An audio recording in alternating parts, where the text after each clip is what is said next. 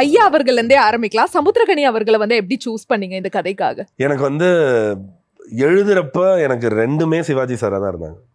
இது வந்து ஒரு சின்ன லைக் மகாதேவன் ஒரு சின்ன வயசு சிவாஜி சாராவும், ஒரு அந்த நாள் இல்ல பராசக்தியில இருந்து அந்த காலகட்டத்தில் இருந்த சிவாஜி சாரும், இது வந்து ஒரு வயதான ஒரு சிவாஜி சாராவும். ஏன்னா எனக்கு ஏதோ ஒரு ரெஃபரன்ஸ் வேணும்ல. சரி, நான் எழுதுறதுக்கு எனக்கு அவர் தான் இருந்தார் என்னோட எல்லா கேரக்டர்ஸ்லையுமே. அதாவது அவரே நினைச்சு எழுதல, பட் அந்த அளவுக்கு கம்பீரம். ஏன் சொல்றேன் அப்படின்னா, சிவாஜி ஐயாக்கு இருந்த கம்பீரம் எனக்கு ஐயா கிட்ட வேணும். முக்கியமா எனக்கு வந்து ஒரு தமிழ் உச்சரிக்கிற நான் ரொம்ப ரசிச்சு எழுதின வசனங்கள் வந்து ஐயாக்கு தான்.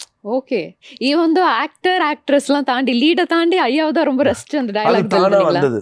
இந்த கேரக்டர்லயே தர்க்க ரீதியா இவங்க 2 பேருக்குள்ள ஒரு போர் அப்படின்னு வரப்ப, இந்த கேரக்டரோட நியாயங்கள் எழுதுறப்ப அதுல வந்து தமிழோட தன்மை இன்னும் ஜாஸ்தியா நான் உணர்ந்தேன்.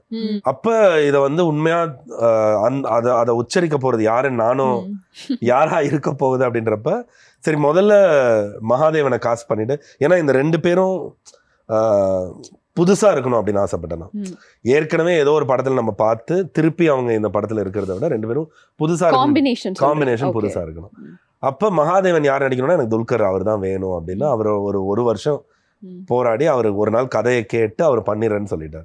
சரி, இப்ப ஐயாக்கு யாரு துல்கர் அப்படின்னு நடிக்கிறப்ப இவர் கூட இருந்தா யாரு நல்லா இருக்குன்றப்ப நானே அவரோட பேசுறப்ப வந்த பெயர் வந்து, நீங்க இவரை பத்தி என்ன நினைக்கிறீங்க கனி சார் எப்படி இருக்கும் அப்படின்னா, அவர் என்கிட்ட கேட்ட ஒரே கேள்வி வந்து, நரேஷன் முடிச்சுட்டு ஐயா யாரா வேணா இருக்கலாம், ஆனா நான் என் மனசார நான் அவர் ஐயான்னு கூப்பிடுறேன்.